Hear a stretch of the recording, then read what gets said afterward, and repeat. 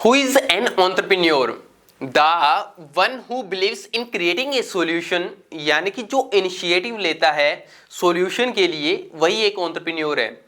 सीधा सिंपल सा मीन्स है कि मार्केट के अंदर कोई प्रॉब्लम चल रही है, कस्टमर उससे जूझ रही हैं, आप उसका सॉल्यूशन दे देते हो, so you are a entrepreneur. अब थोड़ा सा यहाँ पर समझने वाली बात है कि एक बिजनेसमैन वर्ड होता है और एक होता है यहाँ पर एंटरप्रेन्योर। दोनों के अंदर डिफरेंस क्या है? दोनों के अंदर डिफरेंस ये है कि बिजनेसमैन आप कपड़े की शॉप खोल लोगे, किसी की आप शॉप खोल लोगे, ज्वेलरी खोल ली, आप बन गए बिजनेसमैन वहां पर।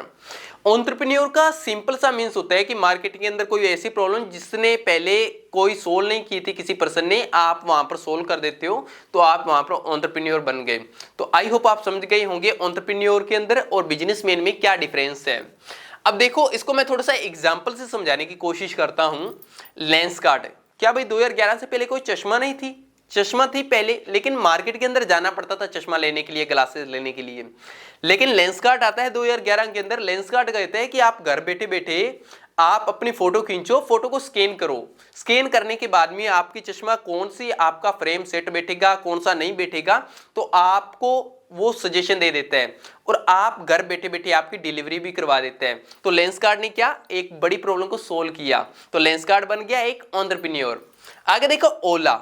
ओला ने क्या प्रॉब्लम सोल्व किया? क्या पहले टैक्सी वगैरह नहीं थी? पहले टैक्सी नहीं मिलती थी? पहले भी थी, लेकिन ओला आया। ओला ने कहा कि आप अगर कहीं पर जा रहे हो तो पहले टैक्सी बुक कर लो, एनी टाइम कभी भी सर्विस ले लो, कोई डर नहीं, कोई झंझट नहीं। अब सबसे बड़ा डर क्या होता था, जैसे 1-2 बजे कहीं पर एयरपोर्ट पर उतरे या कहीं पर भी रेलवे स्टेशन पर उतरे, अब जैसे 1-2 बजे का टाइम है, महिलाएं उतरती है, तो अब पहले, अब यहाँ पर तो सही है, लेकिन कई ऐसे इलाके हैं, जंगली इलाके हैं, रात को बीच सुनसान रास्ते में छोड़ दे, कुछ अनहोनी हो जाए, तो अब वहां पर कौन उसका जिम्मेदार हो सकता है?